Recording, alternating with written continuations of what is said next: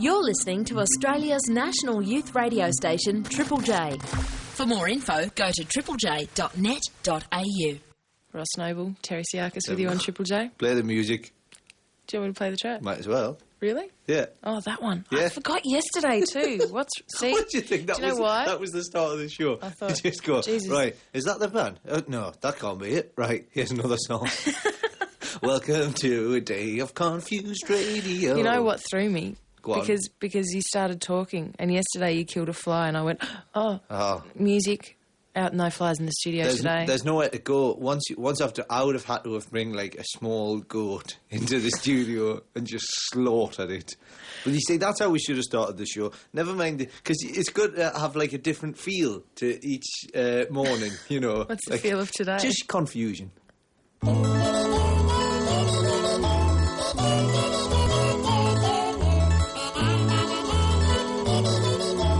only time I play it in full. At the start? Yeah, but that's the time that people download it onto their mobile. And that's important.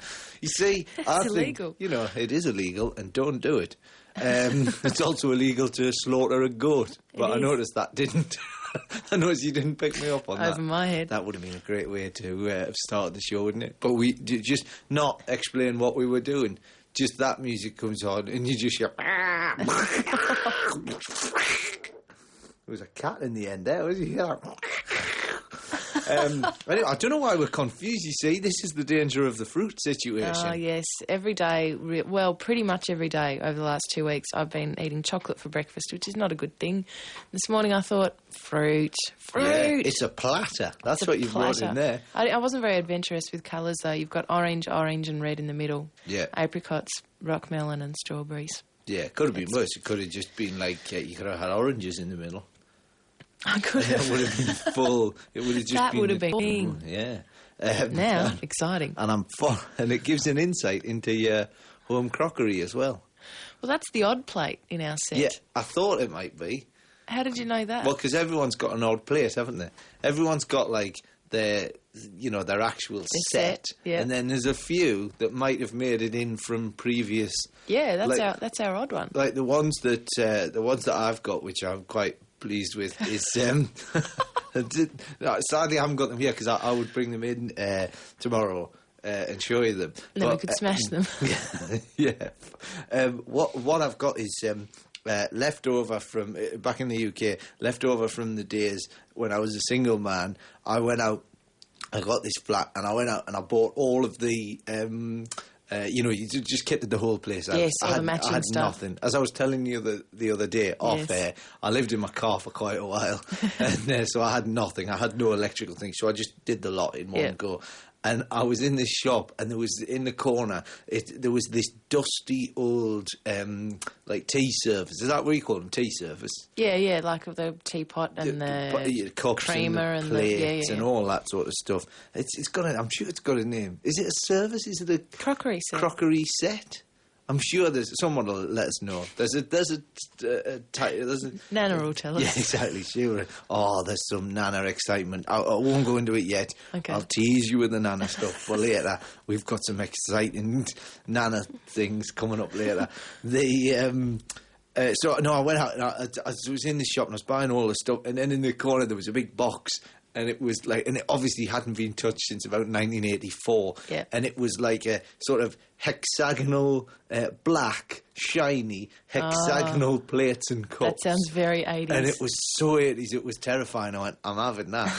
And I thought I live on my own. No one's going to see it. So I was eating off these, just the most 80s crockery. That's fine until you have guests round and look at you like, are you Don Johnson? What is... You're rolling up your sleeves to you there like that, just kind of... but the thing is as well, like, obviously they all got smashed and stuff, but there's a few of those in places. anger when people went, I'm not going to eat off this.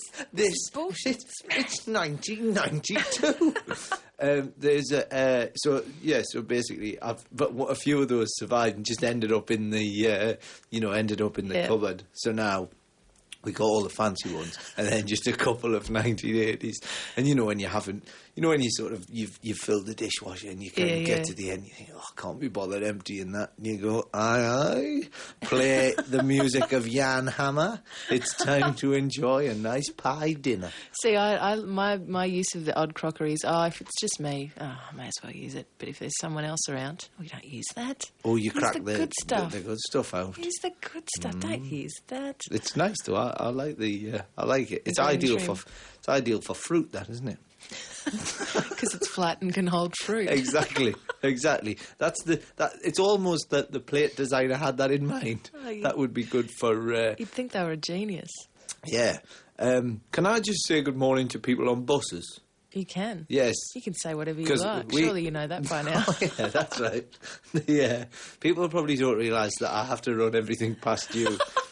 Is it all right if It's a very lengthy preparation process for this show. We get in here a full 4 hours early and just go through every word that we plan on exactly. saying. I was thinking of describing myself as some kind of fruit guzzling Don Johnson. Would that be? Yes, I feel that would be better rather than. I don't talk like that. What? Imagine if the mics went off. Somebody, actually, on the subject of talking, did I write their name down? I don't think they did. Somebody's emailed in. You can email in on rossandterry.com. Yes. And somebody's emailed in to say, lots of people have emailed in to say that my head doesn't match my my voice. As Michaela, our child supervisor, pointed out, it just doesn't work. Because I kind of look a bit like Alice Cooper. I like the fact that people are describing something that is just intrinsically part of you as something that doesn't work. It just doesn't work. Sorry, Ross, doesn't cut it. It's just your picture's wrong. I'm actually hideously disfigured, and that's just a picture of just somebody random. That's just a friend of mine that I put on the website. That is my real head. Just before you say it. But somebody emailed in and said, which I thought was great, said that I sound like they thought at first I was the English gardening expert from ABC's gardening show. Oh, Gardening Australia. Is that what it's called? Gardening, I think so. Gardening Australia. It's not coming up on the screen. Well, I'd looked before. We've got a TV screen in the studio. I thought it said Gardening Australia before. I was going to say, is that what that is in the corner? You are just in time. I thought I put it on Channel 9. Is that the actual ABC up there? And that's what's coming. What? Who knows what that is? There's weird things happening on ABC TV. Anyway, buses. Buses. Yes, people on buses. Quite a lot of email. Oh, by the way, if you do have any gardening queries, I might be able to. I'm a bit bang up for gardening. I reckon I could probably help out. Really? Yeah. Do you do a bit of the gardening? I do a bit. Don't look at me like that. What does it mean if I do a bit of gardening? It's not like a kind of this is a clever test. No. This whole show's just a clever... I could probably help out, or I could just make stuff up. Yeah. It sounds like it could be true. I was thinking of doing that myself. Yeah. My wife used to be a gardener, and then when she moved...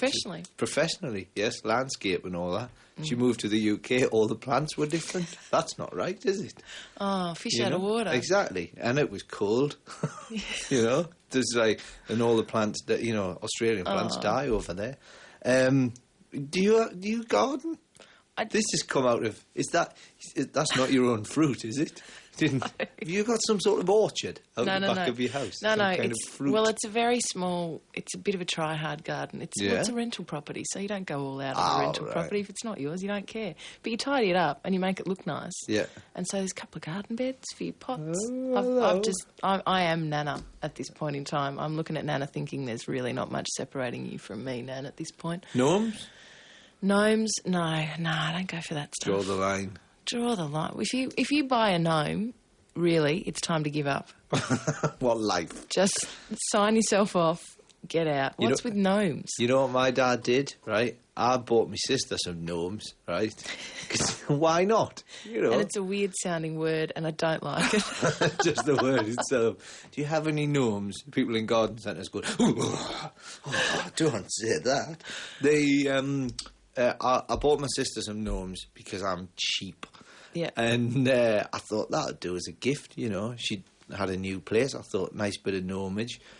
But she lives in south of England. My mum and dad live in the north of England. Didn't want to take the gnomes down unless they were wrapped properly. They don't travel well. No, you get a gnome. Once they're settled, little fishing rods, you don't want to tear them away. So essentially, my dad had these gnomes, but very bitter weather up there, very bitter weather. And what's happened is, because of the cheap nature of the gnomes that I'd bought, right, because they were cheap, you know, they were like £1, you know, which is about $1 million. Yeah, nice. And just get that one in there. We were fighting over who was going to... My favourite joke in the world there. But so cheap gnomes out in the back garden, right? Their little gnome faces have only started to come off, haven't they? You know, and like at first the gnomes just started looking sad, you know, because it was, you know, to be honest, they looked a bit like Alice Cooper. Their little gnome eyes were running down their faces, and then slowly but surely it looked like their eyes closed. But it looked like evil gnomes. Well, no, just sleepy or heavily medicated. And just, you know, I mean, they weren't actually closing their eyes, but just the way that the actual paint was coming off was, it looked like a miracle. You know, like those crying Madonnas and stuff. They set up a stall and people would come, holy people would come and worship at the altar of these. Anyway, my dad, right, he's the most practical man alive, my dad, right? Just anything, he'll go, I'll fix that, even if he doesn't know how to, or it clearly requires metal and he only has wood. He's always little things, very resourceful. So what he's done is he's only got my old enamel paints from when I was a kid, right? And, you know, with the model kits and that you used to do, because all English kids are not allowed to play outside or they die instantly. And basically, so, you know, he spent a lot of time indoors doing hobbies and that. Yeah. And so he's got the paints. He's only gone and painted the faces back onto... I've never seen anything as terrifying in my whole life. Because, you know, he's not the most artistically gifted man in the world, but he's repainted the gnomes' faces, onto the gnomes. And these gnomes, they look at you like they're going to stab you in the ankles. Because I imagine the attitude of a man with a Mr. Fix-It attitude is not necessarily... artistic, creative. It's, I'll get in there, I'll fix that, jab, jab, jab, with the paint and the brush, and suddenly I've got a sunny afternoon, I've got to get a face on that gnome, I've got to get it dried off, I've got to get it back in the garden, because I've got shelves to build, I've got things to move, I've got grommets to buy, and these things, they're evil little they sit there like that with little shifty... One of them's bog-eyed, you know. I swear one of them's got a cleft palate. I was going, come on, Dad, keep within the lines. Draw on a cleft palate. Do you know what I mean? Like, not out of any sort of, you know... I mean, he just slipped a bit and went, oh, never mind, you know. One of them's got a moustache. It's a shocking-looking thing. I'll give him a phone call tonight and see if he can take a digital picture. I'll pop it on the website. Maybe pop it on the website of just the most terrifying... It's like, you know, when you go to fairs... Yeah. And, you know, the teddy bears, they're usually sort of... They're not Garfields, they're not kind of... Yeah. You know... It's some nondescript weird teddy. Yeah, they're trying to look a bit like whatever... They're trying to look like Care Bears, but they're a bit scary. They're just a bit... You know what I mean? They just look a bit slightly wrong. But, yeah. Ross Noble and Terri Psiakis with you. Hello. Hello. There we go. Buses. You just crossed something out there. I did cross something out. I crossed out. I've mentioned he's here. It's done. No, I've played Jebediah. I've played the Custom Kings. There we go. Are we talking buses? Yes, buses. It's come to my attention. Everyone. Am I starting to say he was quite rock? That fella that just walked past the. Did you miss him? I missed him. Full on in a rock outfit. Was he? Maybe he's coming into the Triple J office to do an interview. I think he probably is. I mean, he's dressed like a rock. I don't mean he had a rock outfit.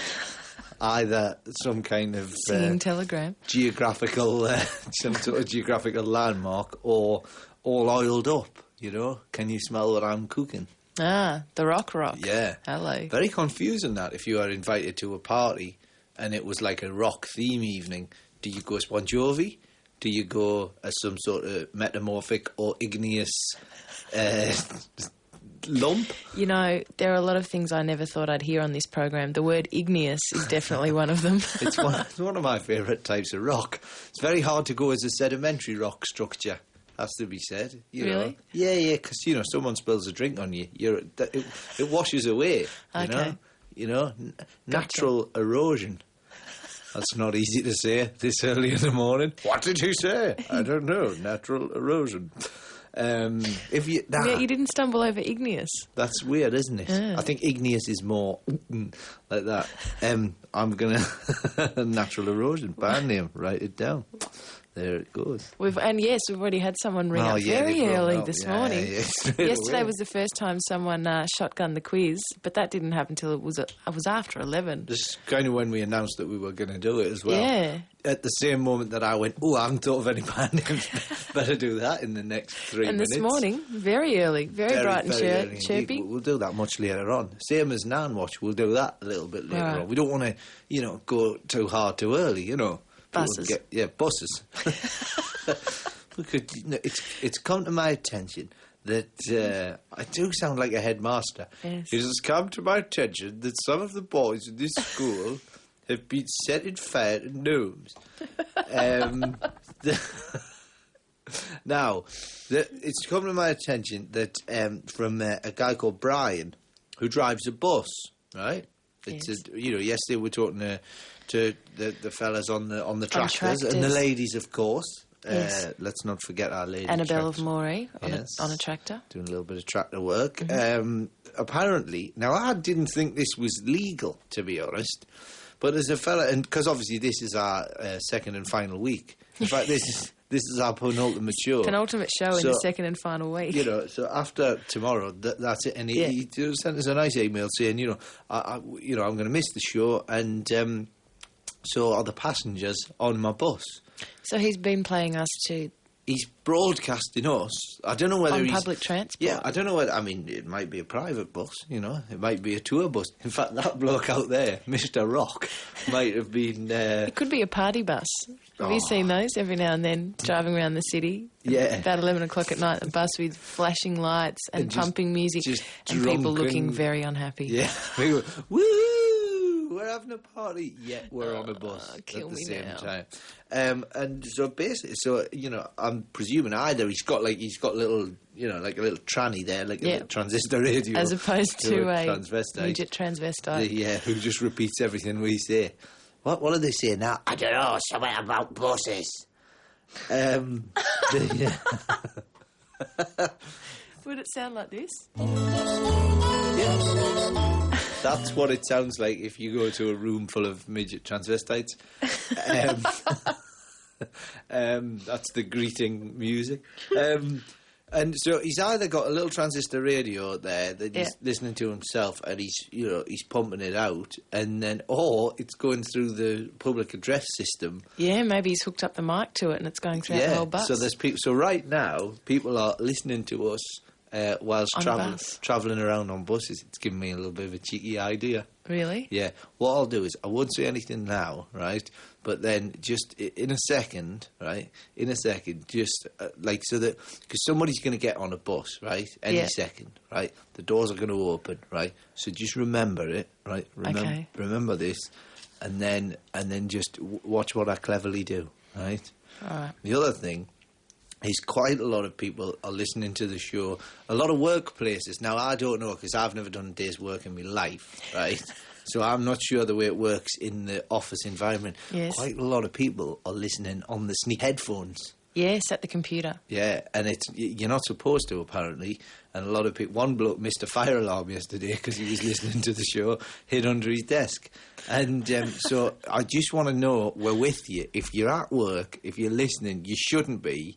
And you could... And we respect that. Yeah, we do. We respect that because, you're not fully flaunting authority, but you're just tickling it, Just tickling the underbelly of authority as if to say, I'm going to listen to that show, but at the same time, I'm going to look like I'm doing work. And also, quite a lot of other people in the office, we'll call them for the sake of this losers, who are, they've not thought about having the cheeky headphones in. Right now, there's people sitting there listening to this show. All the other people in the office don't know they're listening to the show. Correct. And the thing is, it's like they're getting the full-on radio experience while the others don't even... No, but you know what I mean? They don't know that... Yes. You're all a bunch of bastards! You see that? That'll have caught them off guard. because that would have been quite loud in their ears, and they don't know that the other people can't. Look at you doing your work, losers! But there's also that thing of when someone's listening to headphones and it does get a little bit loud, if you're sitting next to them, every now and then you can pick up kind of in a very tinny... Oh, you can just hear a little bit. You can just hear it. So they would have just heard, "You're all a bunch of bastards," in a very tinny voice. But it would have sounded like... like a phone call. Oh, what about this? Hang on a second. This'll work. Oh. Help me! Help me! I'm a tiny mouse and I'm trapped in a drawer! Help! Help! You see, that would have been good. Oh, here we go. I'm that bloke off Land of the Giants, and we're trying to climb up and escape from some angry fleas on the carpet. Help! Help! If you love Land of the Giants, you'll save us. You see, that'd be quite good. Because now people in the office be going, "Did you see that bloke from Land of the Giants?" Yeah? Right, this is what we're going to do, right? Okay. Play that music, right? Play our theme music, right? Our theme. And then play it through to the end. Now, at that point, hopefully, somewhere in Australia, someone's going to get on a bus, right? And all they'll hear is that music playing as the doors open to the bus, right? So just play it, right? And I'm just going to come out of the end, right? Okay. And this is especially for people on the bus. You can have a little laugh to yourselves, all the bus drivers. Just crank your radio up a little bit if you're on a bus, right? Just play the music and then I'll... Yeah.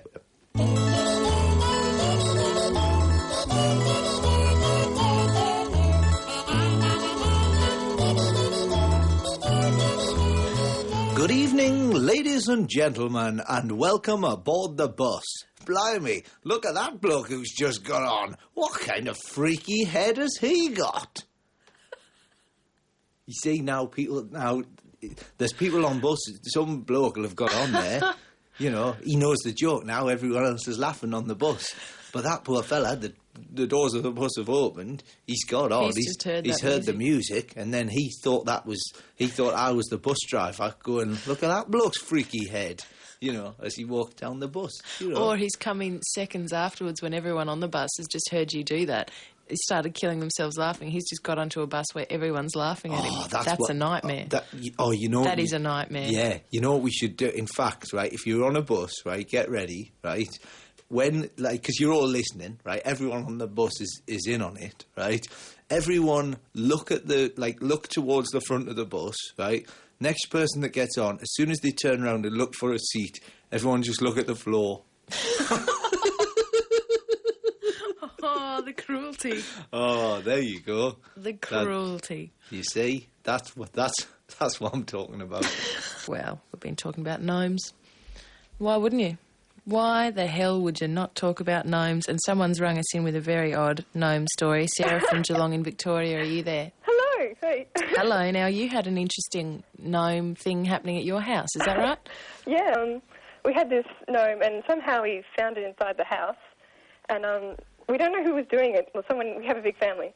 But every day we'd wake up and the gnome was somewhere else or doing something else. So it started out in the garden. Yeah. And then one day it was in the house. Oh, actually, every day it would move closer, and then all of a sudden it was in the house. And whereabouts in the house would you find it? One day we found it. It was reading the paper. And, right. And one day we opened the door to the toilet, and it was there on the toilet. See, that would freak me out. You'd know that someone in the family was doing it, but they look so happy that they look sinister. Do you know what I mean?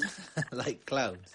Yes, exactly. But I think if you live in a shared house, or you live with your family, just move things around anyway. You know, just put the toaster, just put the toaster in a cupboard. Why not? You know. Yeah, I used to do that to my best friend's house. I'd just turn things around, and replace books in odd places. Yeah. They must have found you very annoying, Sarah. Thanks for your call, mate. Okay, thanks. Don't let Erin as well. Okay, thanks. See ya. Bye. Bye. Thanks. Ross Noble and Terri Psiakis with you on Triple J. Talking gnomes. Yeah, the gnome thing's really... The phones went... In fact, we actually have a gnome in the studio now. Yes, Vanessa, our one of our delightful production staff at Triple J has brought us in... And his face... Why did she have it handy? We didn't even ask that. Well, it's probably a Triple J gnome... But you see, what happens is, I don't know if people know about this, but like whenever there's a member of the royal family, or like a prime minister or someone dies, if there's a big death, then there's a CD which instantly has to be played. Right. Just so that the music choices are acceptable. That's the one. Imagine that. The Queen had to give this a try. Hang on, we've got to stop it. Sad news today. Her Majesty the Queen has died. Perfect. And every radio station now must have a gnome at all times. Right. Just in case one of the presenters is taken ill. I see. And they have the gnome can stand in. They just leave it there. I reckon the gnome would do the memes just quietly. But there'd be less mistakes. Look at his little It'd glasses. Be tighter. Oh, yeah. He's got little specs. Finally, like you say, started. He's sending me up. Yeah, he's mocking you. And my beard. He's mocking my beard as well. Look at them. Look at that. That top's not dissimilar to my... Look at the same shade as my T-shirt there. That's quite uncanny. He's a mocking gnome. But you see, if that had got rubbed off, my dad straight away painted it back on. Painted the face back on. Yeah. Well, we did have a phone call about gnomes. I shouldn't have thrown away that piece of paper. If you are listening, by the way, and you've attempted to either replace the face of someone, maybe it's your gnomes, I don't know, like a child's toy. My dad used to fix our toys, like a lot of dads, would it just, chuck them out, got a new one, He'd not fix to, it. Well, the arms come off that. I paid good money for that. I'll carve you a new one out of a lolly stick. So give us a ring if if your parents or built you a toy that wasn't really up to scratch. Does it have to be toys? Can it be replacing faces on something else? Anything at all, A friend of mine, I house sat for a very dear uncle and auntie of mine not too long ago, and had some friends around, and they were looking lots of photos around the house. Yep. And they said, why don't we replace some of the faces in those photos with our faces and put just little cutouts of our faces from another photo into these photos, so it was someone marrying someone else or someone else blowing out the candles on a birthday cake. I imagine very disturbing when they got home. Especially if it's one of those big boards of pictures. Because I was in... the big photo board. The photo boards. I did that one year where I rented a house during the Edinburgh Festival, and it was quite a fancy flat that belonged to some medical students, and they'd been all over the world, and they had all these pictures. So I got some passport photographs and slipped my photograph in. So it was like they were travelling, they were sort of like, in the foothills of the Andes, and who's this bloke with a head slightly bigger than everyone else's, and that's always... they got home and looked at the photos. I don't remember him being there. We haven't got a gnome at home, but in the back garden we've got a couple of, I know this sounds a bit lardy-da, but a couple of Buddhas. Yeah. Right? And the sort of stone ones. The stone ones, not the big fat ones, like the slimline, slim fast Buddhas. And it's always funny because whenever the nieces and nephews come round, one of my nieces, she's only little, and she sort of sits on the Buddha, like, she's little and the Buddha's quite large, and you don't want to tell kids the name of it though, because they inevitably say Bubba rather than Buddha, and it kind of leads to sort of like like some kind of cellmate type. How's it going, Bubba? But she was sat there, I couldn't help laughing to myself. She was sat on the Buddha the other day, and in order to, the Buddha has breasts, yes, and in order to get up, because she's only little, and it's sort of gravelly bit where the Buddha is, she actually grabbed a hold of the breasts and just pulled herself up on the breast of Buddha, and that's not There's right, no is respect it? there. It's like, it's like pulling on Jesus' beard, isn't it? You can't do that, Well, you can. It might make a funny sound. I suppose you can, It might be a sound effect. It does, actually. If you visit the Vatican at any point, go into the many chapels there, pull on a beard. It's that sort of noise. Peter from Sydney rang in with a story of neighbours nearby his house had gnomes in their front garden, and some other neighbours had young kids, and they had little Tonka trucks, like quite an extensive collection of toys that would inevitably get left outside. And so one day Peter and his mate had a few bevies and decided to combine those two elements and arranged the gnomes and the Tonka trucks on the person who owned the gnomes' front lawn, so it looked like the gnomes were undertaking a very extensive construction operation. That would have been good. And made like little piles of dirt and stuff like that. So it looked like they'd been working, which I thought was great. And Elizabeth of Shepparton in Victoria, not gnomes so much, but dolls. You know those little sookie dolls? It's a doll that stands about maybe that high. What's that? A couple of feet? Yeah. A couple of feet high. Off the floor. I thought you meant off the desk. No, off the floor. Yeah. And it's soft, but the pose is that the doll is, you can get a little boy one or a little girl one. The doll is putting its face in its hands like it's crying, and normally they're set up in a corner, so it looks like a little child standing in a corner having a bit of a sook. Yeah. Not a good idea in the first place, really. Yeah. A little bit weird. Yeah. But Elizabeth went to a party and there were 2 sookie dolls in the house that were just giving her the shits for whatever reason. Yeah. She put them in the deep freeze. So that the person who was having the party, their mum, goes to get a chook out for Sunday roast. Oh, my God, there's children in the freezer. Frozen in that position. Now you come to think of it, on the similar subject, I love it. I bought some, I was in one of those, the shops that sell the kind of like just stuff it's a bit cheap. Yeah. And I saw this monkey. I've got a bit of a monkey obsession. And I bought... Haven't we all? Yeah. It has to be said. And there was a monkey sort of holding its baby, and it was really quite frightening. Yeah. And I went, I'm having that. So I bought it, and then under the guise of that I was going to give it to a friend, but really I kept it for myself. And it's not being allowed in the house. It has to stay in the shed. And but the thing is, my what are they called? Parents-in-law? They're the one. My in-laws. They're the words. I was thinking, what? They're not step-parents. Yeah, my in-laws were at the thing, and they saw a little monkey, like, one of the see no evil. Is he hear no evil? Yeah, he's hear no evil. And saw one of them and went, Ross is like that. He's fond of a monkey, right? Got that for me. So what I did was, right, rather than, and of course me missus, she's a bit like kind of, I'm not having that in the house. Yeah. So what I've done is I've put it on the, we've got a couple of bird, the birdhouse feeder things, right? I've put the monkey on there. So that, like, it's great fun. You watch these galahs and so, and they fly down and they land and, like that. There's a tiny monkey sat there covering his ears, Well, maybe we should, I reckon there's a few people out there who've been a bit creative with stuff like that. Yeah. Also, who was the roller coaster man? The roller coaster man was someone from Canberra.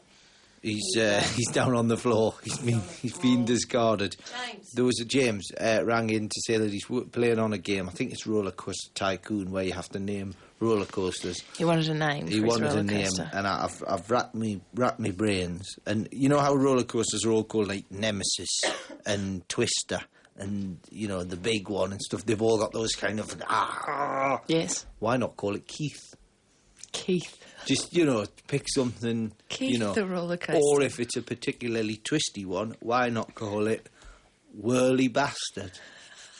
Just as an idea, they're just putting it out there. You're full of ideas. I can't help myself. 1-800-055536 is the number to ring, and we'll have a bit of a chat about that, and then we'll give you a bit of a Nana Watch It's update. Nana Watch soon. And every day it's just getting better and better and better. And we're talking gnoming. We are talking... I didn't know that there was such a thing as gnoming. No, neither did I. But now I know there is. It's made me ever so excited. Gnoming is a thing. Sam from North Melbourne rang us up and said, yeah, gnoming, been doing it for ages. Check out my website, gnoming, gnoming.net. And he has, he and a friend launched a campaign to superglue as many gnomes to as many public places, buildings, stuff like that's just out in public as possible. They have over 80 photos of gnomes on the top of traffic lights, out the front of local businesses. Mainly on top of very high buildings, High buildings, yes. Yeah, there's one on a chimney. On a chimney. Yeah. So it is that kind of thing. Often in your day, if you're walking around the city or wherever, you're looking ahead or you're looking... It's not often that you look up. There's a reason to look up. There might be a gnome up there. Yeah, and so, if we can help in any way, shape or form... And I think, don't nick the gnomes, obviously we can't sort of endorse that kind of behaviour. No. We've already... Endorsing theft was last week. We've moved on this week. We've very much moved on from that. And but I certainly, I don't know if that gnome there has any sentimental value, but I say we super glue that to the... We take it. Certainly super glue that to the outside of this building. So there you go, gnoming.net. You can check out that website. And someone who did a spot of gnoming is Jay from Bayswater in Victoria. How are you, Jay? Oh, I'm well, guys. How are you? Not too bad. Tell us your gnoming story. Well, we used to do a fair bit of gnoming in our time, but once we actually decided to take a bottle of tomato sauce out with us one time and found a gnome in someone's front yard, as you do, and we thought, oh, well, what we'll do is we'll break the head off and we'll leave it on their doorstep. And we basically did that, but we surrounded the whole bottom of the head with tomato sauce. And, it looked like a bit of a... Decapitation. A bit of a terrorist act or something, I guess. But we also, as well with the body, we made a bit of a crime scene in their driveway as well. Did you do the chalk body outline and all that kind of stuff? Oh, not quite. Police tape? We've got a bit of police tape if you need it, by the way. You'll have to cut it down to like quarter size so that it fits around the gnome size. How did you set up the crime scene? We had the body and we laid that down in the driveway and we sort of just squirted sauce everywhere as though it was like blood splattering everywhere, and sort of left a little trail of blood going from the body to the head where we put on the doorsteps. And was it a nice old lady who lived at this house that you did this to, Jay? Well, we don't know. We always joke later that we should have rang the doorbell. Yes. But it was you should have pretended you were a passerby and just rang the doorbell and said, look, I don't know if you know what's happening on your lawn, but you better come and look. Well, we were going to ring the police as well. That's the other thing we joked about. We thought maybe we'd give Triple O a call and say there's been a murder. Of course, the problem might have been if it had been a very elderly person. This is why we can't really endorse people, going out and spoiling other people's gardens. But if it had been a very elderly person and they'd walked out with the big bifocals on, they might have actually... thought it was a genuine crime scene. They might have, a small bearded man with a pointy hat on had actually been murdered. And good on you for not calling Triple O, Jay, because clearly they've got nothing better to do than go out to dead gnome calls. Well, we thought about it. It's all these theories we came up with later that we're sort of glad we didn't do in the end of things. Yeah, that's good. Even we draw the line at that. Thanks for your call, Jay. Can I fade you down? You certainly can. I'll keep talking for you. How's this? See, brilliant. People are really getting it now, aren't they, with the fading down That's business. why I love this country. It's one of the reasons this country's great. Is it just me, or did you just see the same thing on TV screen? We should just... There's a TV screen in the studio, sound down. We just both looked up at the same time, and there's Prince Harry with what appears to be a swastika band on his arm. Now, I hope to God he was going to a fancy dress party, and even that is still bad taste. What's he got? But he wasn't... Like, if he was wearing a full SS outfit... Then, he wasn't wearing the uniform, was he? Just wearing, like, some sort of white... I don't know what is going on with that child. I've tried. I don't know what's going on, but that was quite confronting. That was quite bizarre, that, wasn't it? Quite there's bizarre. Prince Harry with the swastika on. Tricky. If only we had access to some sort of news thing. I mean, the fact that we're actually in the ABC, we could probably nip out and ask somebody. We could. Yeah, but it's probably best just talk about gnomes and that. Probably. Yeah. Should we have some music and then come back with Nana Watch? With Nana Watch, yeah. Let's do a good solid half hour of Nana Watch, I reckon. There's a lot to get through. No music, no news. There is a lot to get through. There's a huge heap of Nana coming your way. On Triple J, Ross and Terri with you, and it's time for Nana Watch. I feel like there should be a theme. Nana Watch, Nana Watch. That was me. Nana Watch, Nana Watch. Nana Watch, Nana Watch.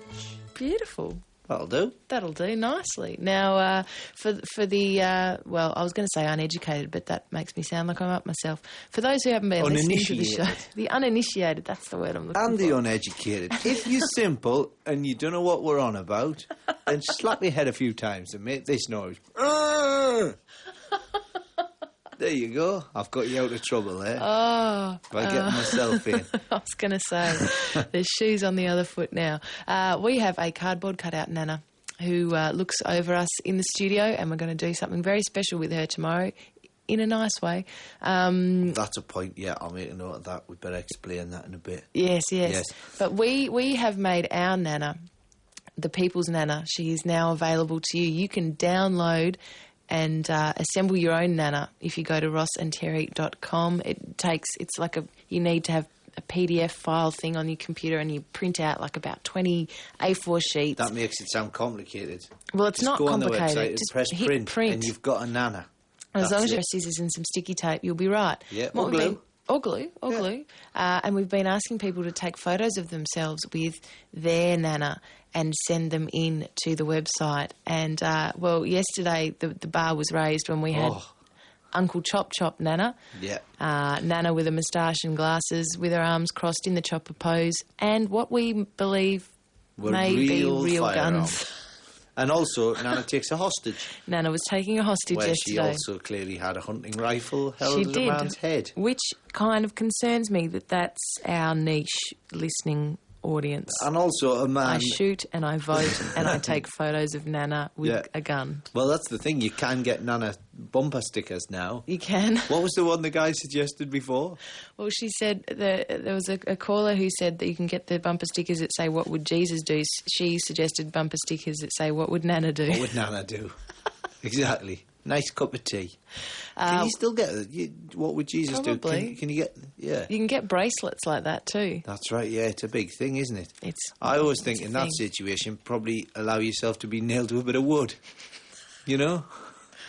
I am not answering the phones for the next half an hour. Oh, come on. Yesterday, I'm only having a laugh. We had Nana in the intensive care unit using a pair of defibrillator paddles on a patient. That's right. Clear. That was pretty special. She was with underage drinkers.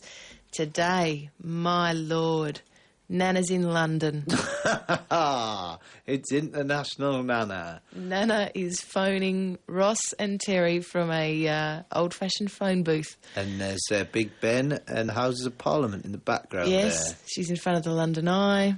She's Buckingham Palace there. Steve out the front of Buckingham Palace. And with a bobby, she's standing next to a bobby who's just looking... slightly concerned. Because this is what I like about taking Nana overseas, because if you had her out and about somewhere around the country in Australia, it's, there's a chance that someone walking along the street would listen to Triple J and go, oh, there's Nana. There's Nana. Morning, Nan. London, no idea. Absolutely no idea. Freaky Australians with cardboard cutouts. She's with two real Nans. There's an interesting thing. Our Nan looks heaps better. Oh, definitely. But I don't know if you noticed there, the classic British Nan wrapped up just to stop them dying. Nana's working in a call centre. She's got the headset on and she's in front of a computer. That's a good one. Another one at Nana on the beach holding a... Oh, she's a surf lifesaver. Look. Oh, right. I didn't realise that's what it was. She's got the surf lifesaving gear on. Oh, a good little work, flotation device. And she's still wearing her shoes. Nana in a cherry picker helping to build a house in Diamond Beach, I should say. More underage drinking in a drain this time.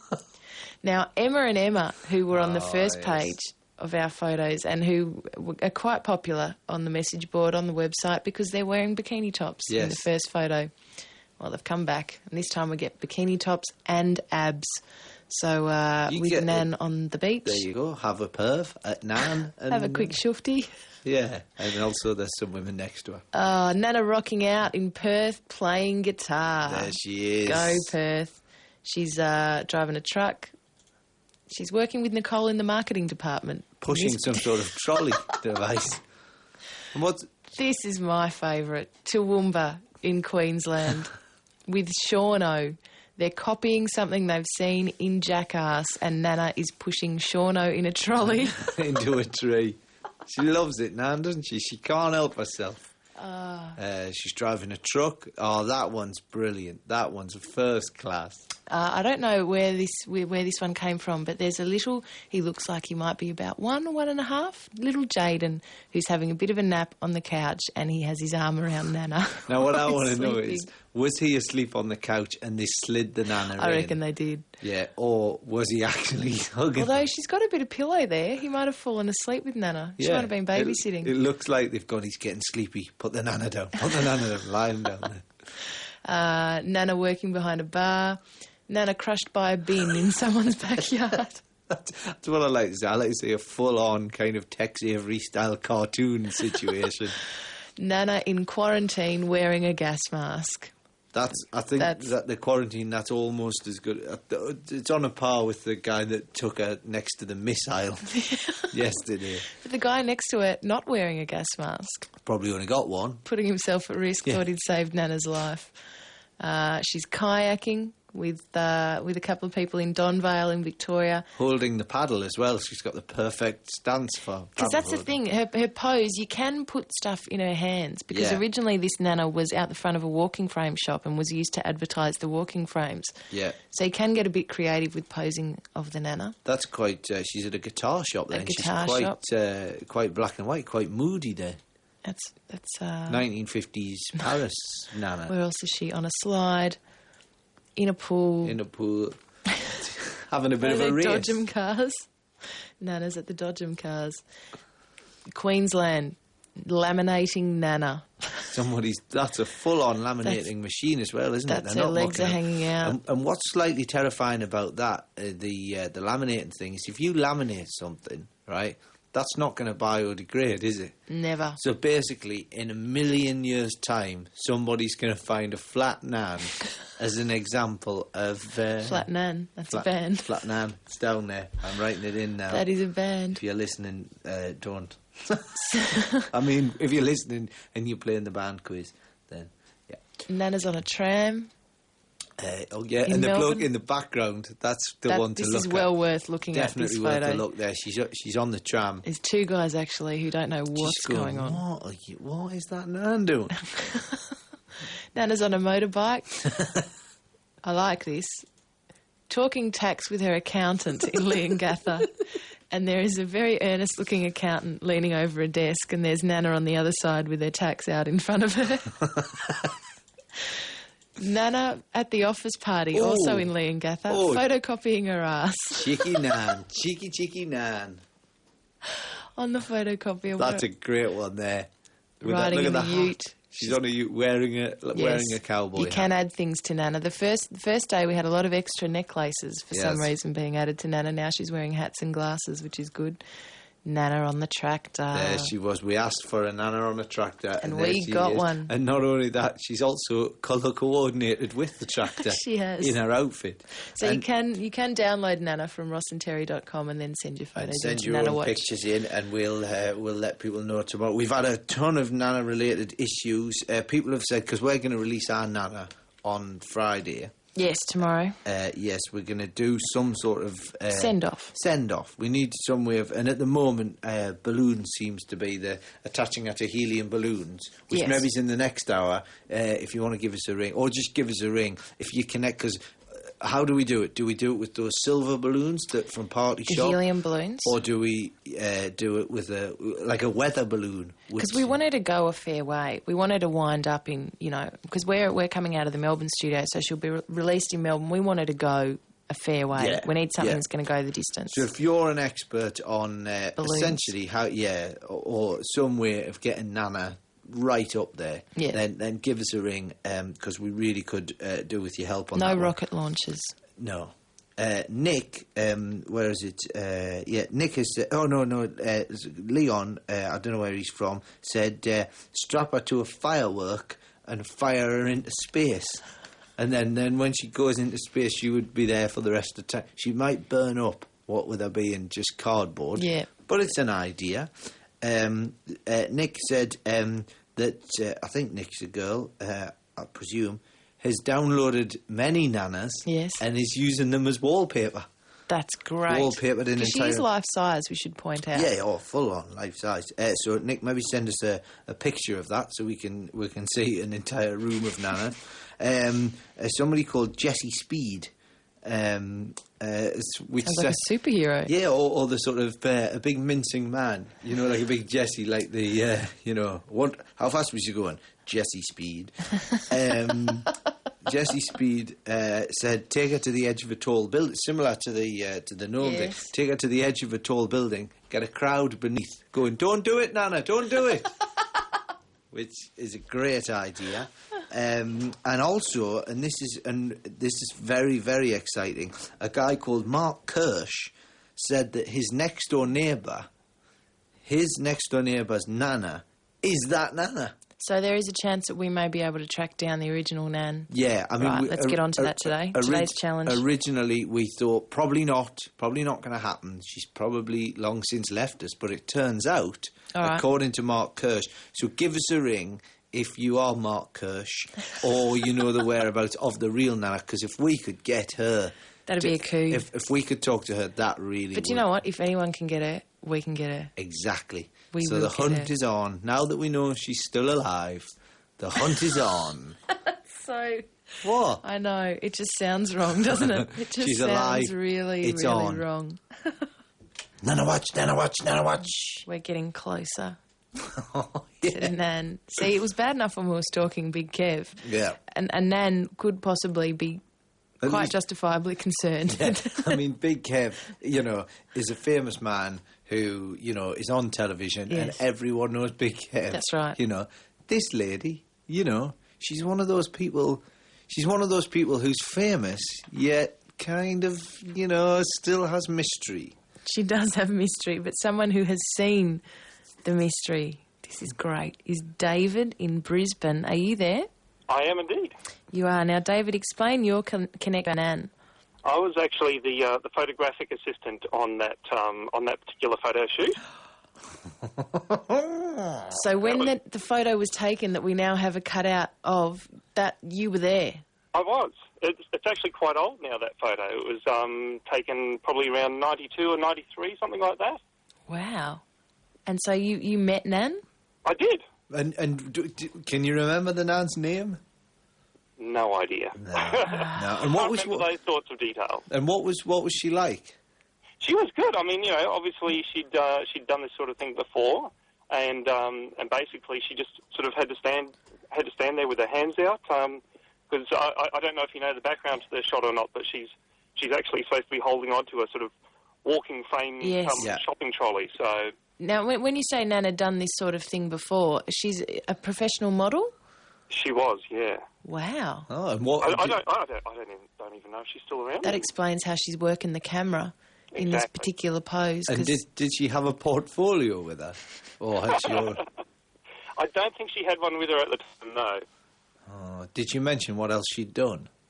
No, none of that sort of stuff. She was probably. I mean, the reason why I can remember the shoot in particular is because even though this was a woman who was supposed to be hardly even able to walk, the advertising agency wanted us to get a shot of her jumping up in the air and clicking her heels. Bloody ad agency executives. Exactly. No idea. She was a witch. She gave it her best shot, but I think she only made it about an inch off the ground. See, our Nana's got guts. Yeah, she gave it a crack. She gave it a go, And what's the score with the feet? Was there some sort of... Because the feet on our Nana have got, they've just got sort of... It's like the shoes are drawn on. Yeah. Oh, really? Yeah. Oh, I don't even recall that one. That's very strange. Oh. Maybe she was wearing inappropriate footwear, Ross. We've been trying to figure this out for nearly 2 weeks. What's going on with those shoes? Prostitute shoes. CFM boots. Yeah. I don't think that will. Although, I don't know.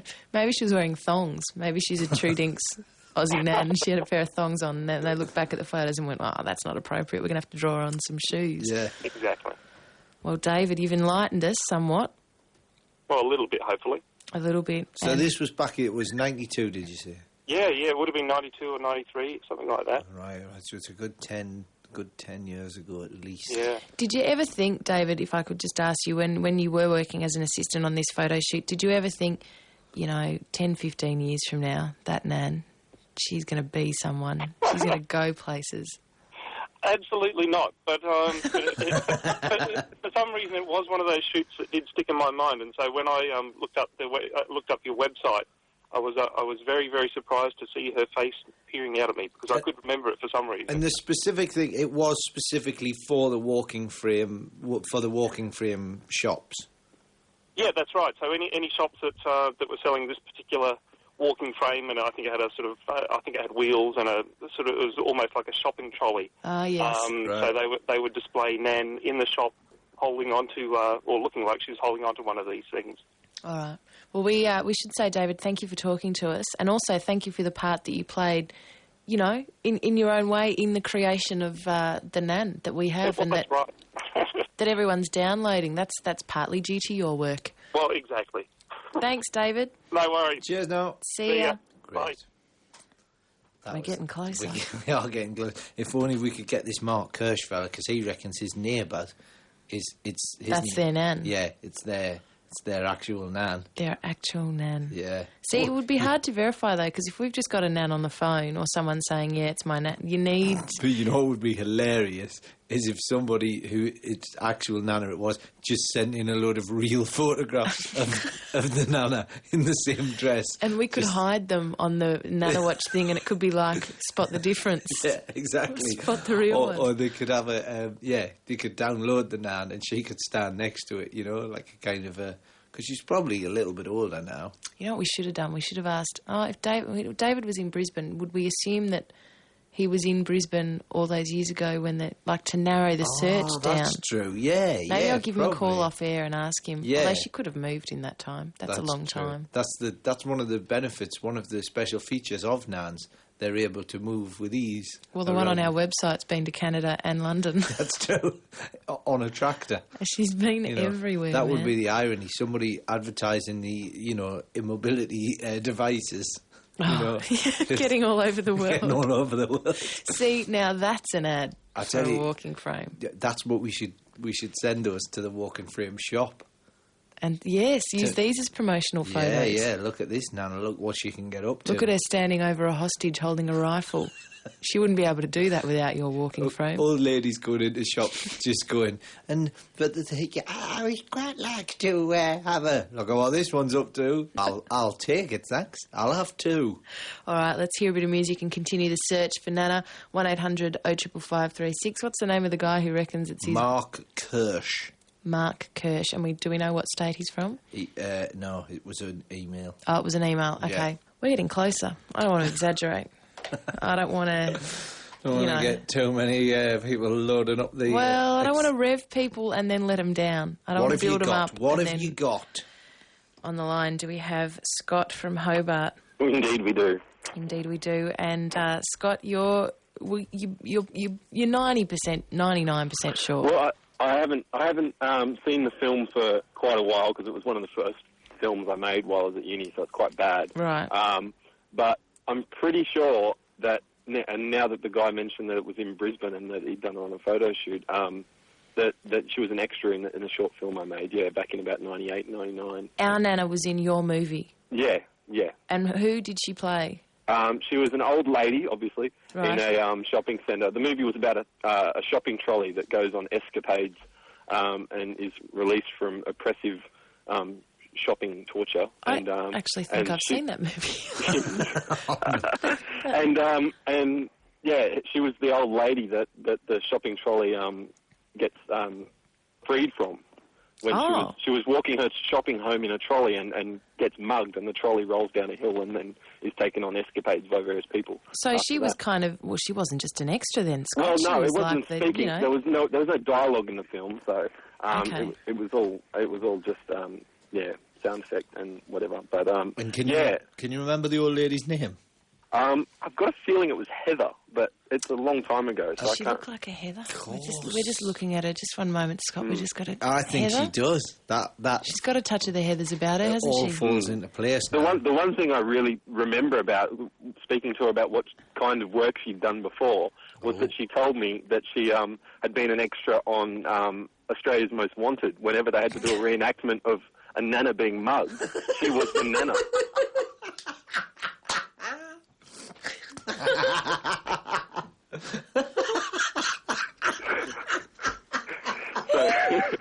We're just looking at her here and just picturing her being mugged. That's great. So, but we got hold of her through a casting agent in Wollongabba in Brisbane. So I don't know if you can track down there in Wollongabba in Brisbane. Hang on, I'm writing this down. Wollongabba. Gabba. Casting agent's name? Do you want to tell me off air? Yeah, I will tell you off. Yeah. All right. Yeah. Brilliant. So Heather, and she's done a lot of... Well, there's 2 leads there, because that's... we've got the casting agent, but also, if anyone worked on Australia's Most Wanted... Yes. You know, as a cameraman, or maybe you played a mugger. Maybe you mugged our old lady then. Maybe Nana was... I know you're probably, ashamed to come forward at this stage. But obviously, what a popular show was Australia's Most Wanted. So many people must have watched it that so many of them have rung us up and said, your Nana was the Nana from Australia's Most Wanted. That's great. Scott, you've been very, very helpful. No worries. Thank you very much for your call. Cheers. See ya. Right. What's great as well, though, is the fact that, Australia's Most Wanted, they're on there going, we're looking for this person. Terry's just taking the call there. He's gone?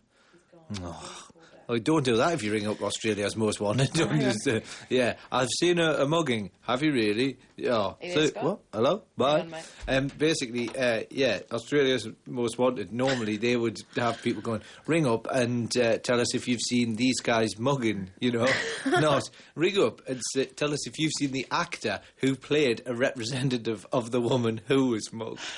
Oh, if we could get some more tapes. Australia's Most Wanted, I believe, was on 7, Channel 7. So I'm sure that somewhere there's somebody like an archivist. It was a while ago, yeah.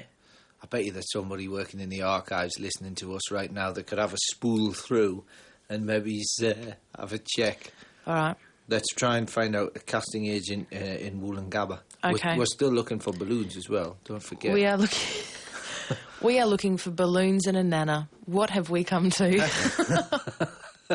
What has it come to? Gross Noble, Terri Psiakis with you.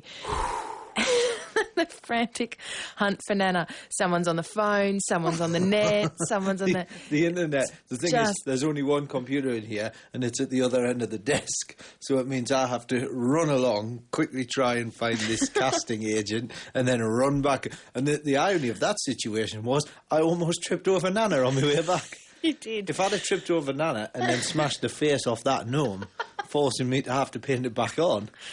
You would have been life imitating art. I wouldn't go so far as to say art, but maybe put an F in front of it. We are having a tiny digression from the hunt for Nana, only because we've had a rather amusing phone call from Mark in Brisbane. Are you there? Yep. You are. Now, we mentioned that on the website you can download your very own they're not bumper really sticker. There's bumper stickers, but you have to sort of stick them on yourself. Yeah, you have to make the sticky bit and you have to find the bumper bit. And you have our bumper stickers on your car, bumper stickers that say things like... which ones have you got on your car? I've got all 4 of them. My other car's orange. Yes. Nana loves you. Yes. Who's your Nana? Yes. Orange. And what sort of reaction are you seeing in your rearview mirror when you pull up at the lights and someone pulls up behind you? It's hilarious, particularly when the old folks pull up behind me and they're going, "Where's your Nana? What's that then?" You can see them mouthing the words. Fantastic. And if they're confused by Nana, they'd be really thrown by Borange. They would. That's good. And how have you actually put them on there? How did you... Lucky, mate, I drive in a wagon, so I just printed them out and sticky taped them to the back of the window. Brilliant. Nice work. Good thing. And what are you driving? Beg pardon? What are you actually driving? Oh, it's a car. Falcon wagon. A Falcon wagon? Oh, a state car, Ross. What colour is it? Brown. Brown, excellent. Whereabouts are you? Are you in the car at the moment? Yeah, I'm in Caboolture at the moment. All right, what street are you on? I'm outside Murrayfield Shopping Centre. You're outside Murrayfield Shopping Centre. Just, if you're there, if you're driving past, if you see it, give a peep. Somebody might peep you.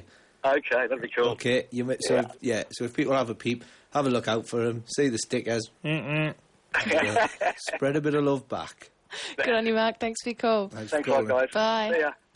All right, the hunt for Nana resumes.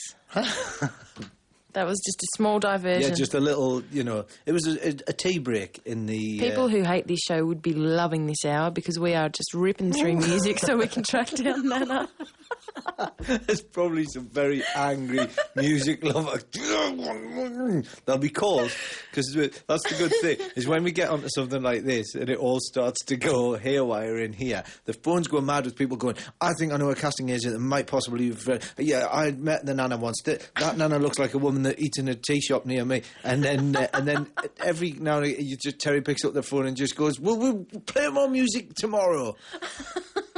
But yeah, let's have some music, and today then we can. We're focused. And then we can have a bit more Nana fun. Look, we're busy, all right. Just very briefly, once again, digressing from Nana Watch, we are trying to find the real Nana. Apparently, she's still out there. What's the name of the guy who lives near her? Mark someone? Was it? Mark Kirsch says he's next door neighbour. It's his next door neighbour. It's the real Nana. If you are or know Mark Kirsch, 1-800-055536. Or alternatively, we've this is really just public stalking. You know that, don't you? Pretty much. And also, we've got a couple of leads on some casting people who. I'm thinking times are pressing. I reckon we need to just ring them on air, to be honest. And I'm happy to do that. And just ask them about Nans. I am more than happy to do that. In the meantime, though... It's time for the band quiz. It is time for the band quiz. You said that like there was theme music. There's not. There'll be no music. Can you do lyrics for the band quiz? Yeah. It's time for the band quiz. It's time for the band quiz. It's time for the band. And as happened yesterday, someone has shotgunned it. Yesterday, someone shotgunned the band quiz. They rang up, said, "I'll do it," at about 11:30. Today, we'd been on air for about... It was like the first music break. Yeah. Someone's on the phone. I'm shotgunning the band quiz. And just in case you're thinking of shotgunning it tomorrow, it's already been done. Yeah. Tomorrow, the very last band quiz. Absolutely. As tomorrow is our last and final day. Yes, in our second and final week of the show. And I just want to say something, I mentioned this earlier on, off air. We just say, I know there's been a lot of messages and stuff saying, wouldn't it be good if they could find you a regular spot? We can't do a regular spot. My brain would explode. Basically, the reason the show's only on for 2 weeks is because I start a tour in February, and you're going all over the country. Yeah, I'm going all over the country, and I just couldn't do this.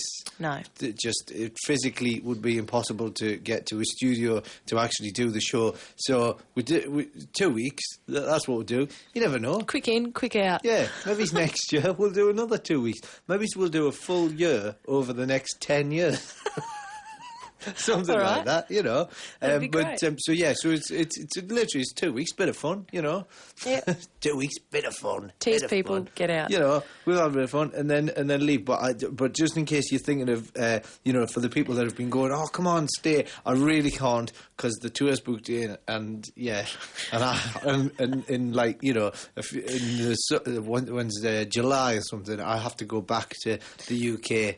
So translation, you've got better things to do. It's not that I've got better things to do, because quite frankly, hunting old ladies, quite frankly, as far as I'm concerned, is it's an end in itself. It is. But there's stuff. It's a lifestyle. Yeah, exactly. For some people, it's a lifestyle decision. Now, just to clear that up, our band quiz.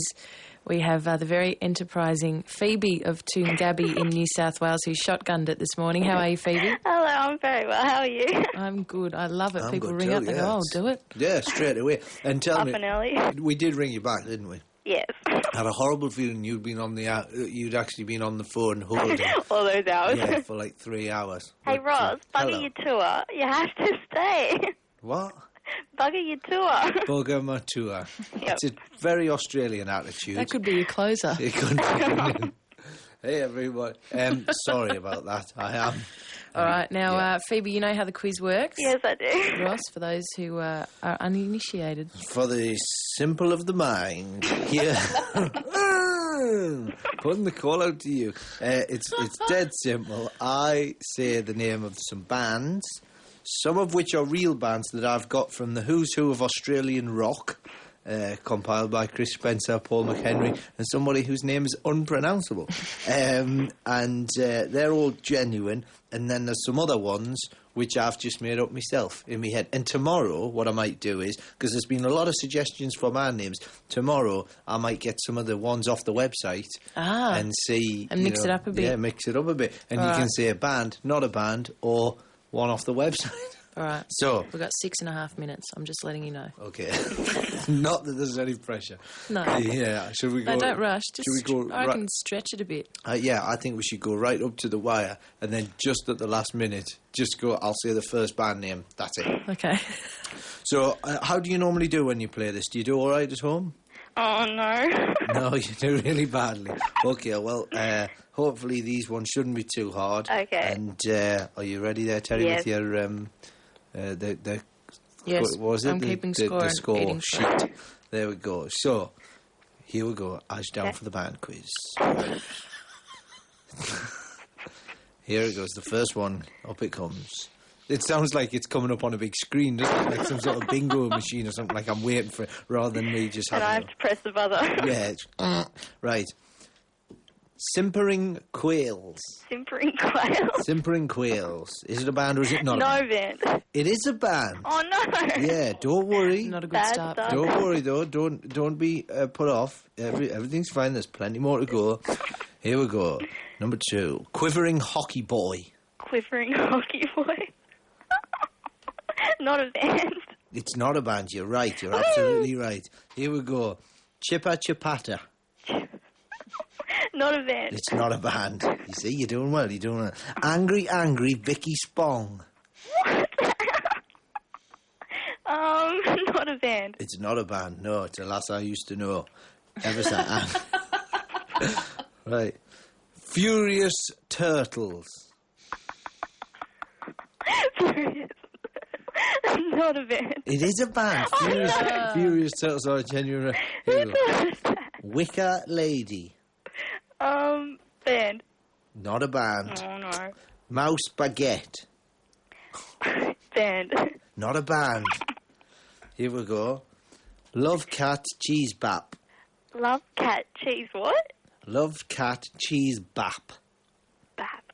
Not a band. It's not a band. You're absolutely right. Sin Dog Jelly Roll. Not a band. It is a band. Oh God. There's a genuine band called Sin Dog Jelly Roll. Silly people. Here we go. Flat Nan. Flat Man. Not a. It's not a band. Horny Shotguns. Not a band. Not a band. Celibate Rifles. Not a band. It is a band. It is a band. Oh, my mum just shouted out, it is! A little bit of mum assistance. Nice work, Phoebe's mum. Yeah. I Am a Camera. Not a band. It is a band. Oh, God. You Are a Doorbell. You Are a Doorbell. Not a band. It's what? Shut up. No, keep going. No. What was the answer on that one? What? Not a band. Not a band. No, it's not a band. That's right. Next one. Touch My Postman. Touch My Postman. Not a band. It's not a band. I think you should have a debate with the person in the background before you answer from now I on. know. Yeah. Right, here we go. Next I one. have a debate with you. Okay, sorry, go. It's great the delay. I love it. Terry said it, then you said it, and then he said But also, they're listening to the radio. This guy can clearly hear the radio. So No, Phoebe's- he can't. He's just hearing can't. me. My He's mum hearing can. you. Oh, it. okay. Oh, right, okay. Leave It on the Chair. Leave It on the Chair. Band. Not a band. Ah. House of Shame. House of Shame. Band. Not a band. Ah. It's all right. It's all right. Where is it? Yeah. What? Lady Phil Lady. Lady Phil Lady. Sorry, I've said that wrong. I've said Lady Landfill. Lady Land. Band. It's not a band. Ah. See what I cleverly did? I made out that it was... Right, here's one. Sonic Ute. No, not a band. Not a band. No, I'm simply Got a taking... bit angry about that, Phoebe. Sonic Youth and the Loud traditional knife. Australian mode of moving things. And then finally, Captain Fudge. Captain Fudge. Not a band. It's not a band. Woo! There we go. Let's see how you did. Now remember, it's all to play for. It's a piece of electrical fence wire. And I really want that. I really, really want that. You'll never guess what's happened. What's happened? Uh-oh. Same amount right and wrong. Ooh. No, it's going to have to be tiebreaker. Tiebreaker situation. Oh no, tiebreaker. Let me just get the Would you like some here. sinking music? Yeah. No, it's all right. Yeah, sing along, Phoebe.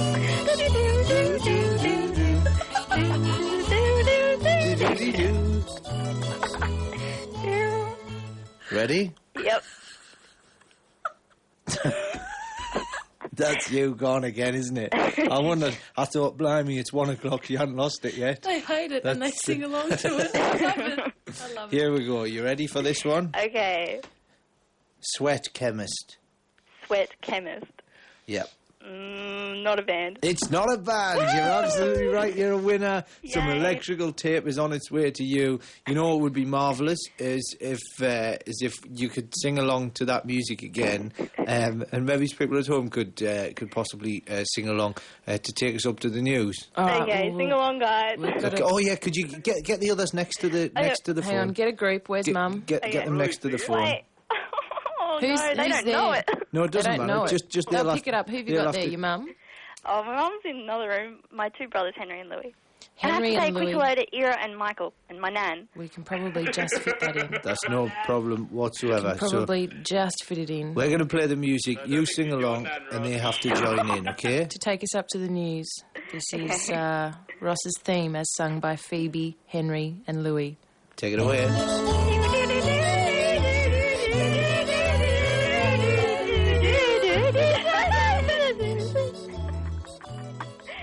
Ross Noble and Terri Psiakis with you, and I think I dialed very quickly, but I think... Super quick. Do we have Michaela there? Yes. We do have Michaela there. Michaela, our 10-year-old supervisor, how are you? I'm good. You're good. Not great, good. Not great. Why not? Well, I'm great, but I'm not going to say it because I always say great. So you want to say something different? Yeah. Oh, that's Good right, idea. then. Mix it up a bit. But you're all right though. You're not feeling. You're not down. No, I'm feeling great. Oh. I've got my three cousins over. Oh yeah. 2 of them of which slept over last night. Excellent. What were you up to? Not much. 3 movies. Oh yeah. What did you watch? Suddenly 30. White Chicks and Spy Kids 3D. But I've already seen that. And how would you rate them? Suddenly 30. What did you think of that? Out of 10, I'd give it maybe a 5.5. All right. Okay. And what about White Chicks? How was White that? Chicks, a 5. Yeah. And the other one? Spy Kids, I've seen that a couple of times, but for the kids it'd be maybe a 7. Oh, right. Good Nice. stuff. And how old are your cousins? One is 6 and the other one is 10. All right. Smart enough. So that matches me and my brother. Did the 6-year-old like Suddenly 30? Well, they kept on constantly running out of the room squealing. Yeah, I did the same thing when I saw it at the cinema too. You know that film in Australia is called Suddenly 30. You know that in the rest of the world it was called 13 going on 30. Really? Yeah. I have no idea why they changed the title. I think Suddenly was a better name. Do you think so? Yep. It's like, Mm. have you ever seen the film Flying High? I don't think so. Oh, it's quite a funny film, but it's actually, the real name of it is Airplane, but they changed it for Australia. Oh. Yeah. That would have been because of spelling, probably, because we spell aeroplane different to the way that Americans spell. Yeah. Yeah, maybe that's why. That's quite... Do you spell suddenly different? Yes, we spell it with a silent P. Ah, well, that'll be why then. Now, Michaela, is your mum My going to mum. do something for Ross on the phone? A bit of a... Is she in astrology, your mum? She's in Year 3 in astrology, and she's sort of, well, not sort of, really, she's a nervous wreck. She's got this... her friend's a pathologist, I think. Nethologist or something like that. And she makes these remedies, and Mum's got a remedy called Rescue Remedy, and it sort of calms you down and stuff. Yeah. And she's had like maybe 4 drops of it. She's done a few shots of Rescue Remedy. Is the Rescue Remedy... Is it whiskey? No. Because there's nothing... You know, there's one thing that always brings an afternoon down. It's a drunk astrologer. Mum doesn't really get that drunk. Oh, that's all But right. it's fun when she does, because she'll say yes to everything. Oh, that's good. You just figured it out. You just wait. If not, she ignores me and I do it anyway. Good on work. you, Michaela. Good work. Well, should we have a quick chat to your mum and then we'll say goodbye to you at the end of when we've talked to your mum? Okay. Okay. Bye. Bye. Bye. Hi, guys. Hello, Michaela's mum. How are you? I'm good, how are you? I'm great. Nervous, but great. Don't be nervous now. I'm sure you have a name other than Michaela's mum. My name's Sam. Sam. Yes, or Sammy the Drunken Sweet Pea to Rosie. Okay. So you call in Rosie's program? Every now and again, yes. Ah, Triple J regular. Okay, well, I'll open it up. Here we go. Ross is here. Okay. Ross, thanks heaps for being my guinea pig. That's quite all right. Okay. Now, it was a really interesting chart, and I'm just going to rattle through, and any time you want to stop and ask questions, feel free. Marvellous. Okay. The way that you see yourself and the way that others see you is changing because you've probably acted like you're in a drug-addled haze lately and will do so for the next 12 months or more. It will be a disruptive but liberating time for you. Reality will seem boring and your outlook on life will be permanently changed, hopefully not just through acid-induced flashbacks.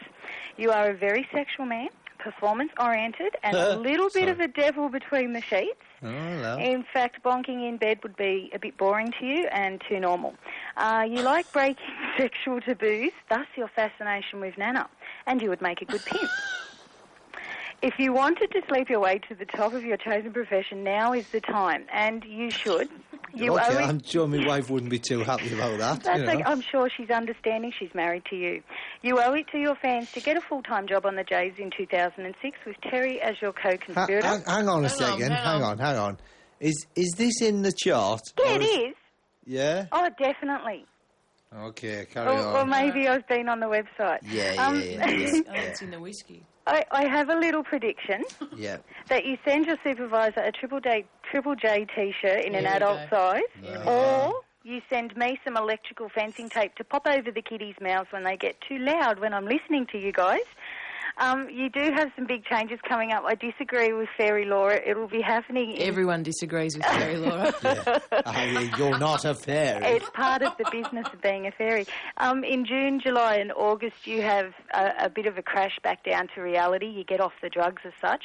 And you will find that the way that your life is headed now will change a little bit. If you've built your foundation strong, it will get better. If not, you will reap what you've sown, basically, Ross. Oh. How'd I do? Yeah, not very good. You're saying that the interesting time comes in the June and the July. Well, the interesting time's now. If you want to sleep your way to the top, come on, get adventurous. It's written all over your chart. It's not. I can tell you now that's not going to happen. Before you. One, you're married. Two, pretty much at the top. There's really not that many people to sleep with if you wanted to move up a notch. Oh, she's saying fiddle with yourself in the...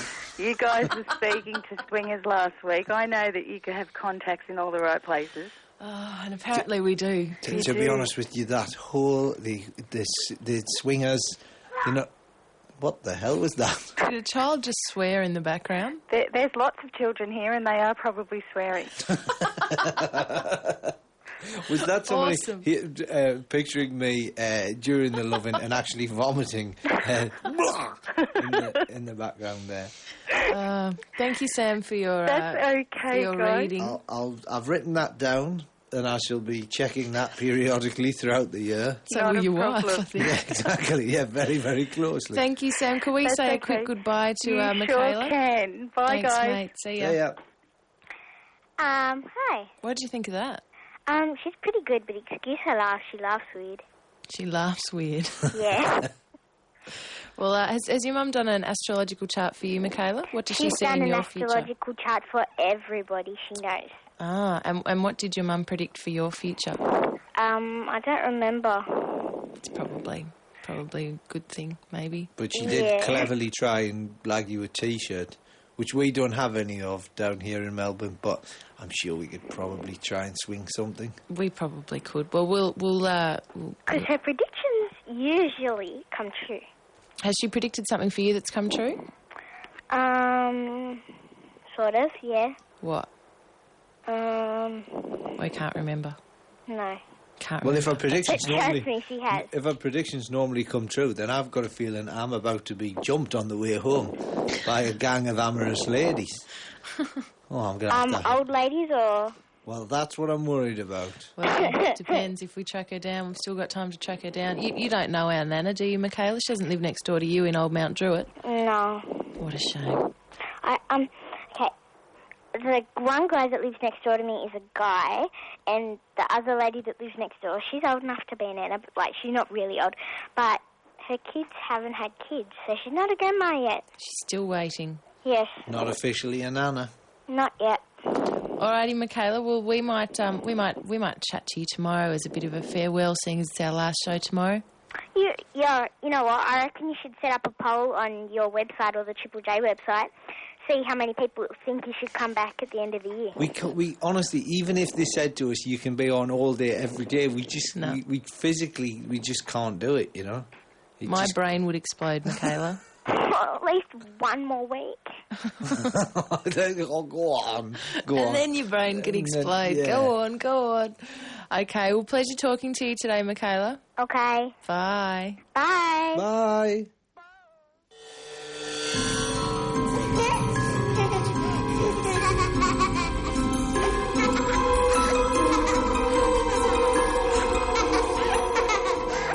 Still evil, and I still like it. Yeah. That was more for Michaela's mum probably today than for Michaela. It probably was, actually, yeah. We should hear from the Resin Dogs in... actually, just before we do that, you might remember, I think it was last week, we had a call from someone who was trying to... They were basically surveying or surveilling two people at their workplace that they thought were having an affair. Right. Yeah. And they had night vision cameras and all sorts of gear. And well, that person from New South Wales has rung us back and said, I hear you're trying to track down, what's his name? Mark Kirsch. Mark Kirsch, who is believed to live next door to someone who is the grandchild of our Nana. He said, I believe you're trying to...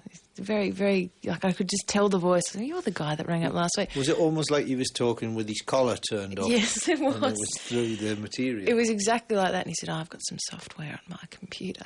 I can probably track him down for you. Just, what? Isn't it like a Nana finding software?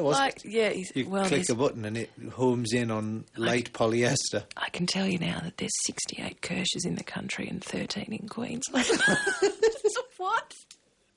So he offered to... But that's probably not right. But we may be a bit closer. Maybe is all I can say. Maybe. Here's the Resin Dogs on Triple J with nice mics. Ross Noble and Terri Psiakis with you. We've got a lead. A bit of a lead. On Nana. Bit of a lead. Now, to set this up, because for the next few moments I won't be doing any talking, we had a call from... It's been so frantic, I'm sorry, I'm not remembering names or places. I know that's very unprofessional, but a lovely gentleman rang up and said, I think I might know the casting agency in, where are we? Woolloongabba, where in Queensland, where the Nana may have come from. So he gave us the name of an agency, and I have obtained the phone number. And what we're going to do is we're going to ring them, and Ross is going to attempt to locate. Now, hopefully they're not listening to us. I didn't think I'd be saying that. Well, but hopefully they are. The whole thing, the jig is up, folks. Yeah. The jig is completely up. Now, we are just going to... Right, so basically what we're going to do is we're going to ring it now. Now, you know, you've probably heard this before. When we've rung people up, a lot of radio stations will do a pre-recorded thing, you know, and then drop it in at a later stage so it sounds all slick and that. It's not what's going to happen. Terry is currently phoning this, and then I'm going to pretend... Well, I'm not going to pretend anything. I'm genuinely... Have we... is it ringing? It should be in a minute. Okay, it's ringing now. I'll turn my headphones up a little bit.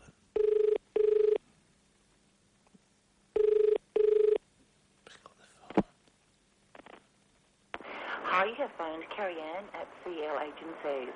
The office will be unattended. Oh, danger, Will Robertson. That's fine.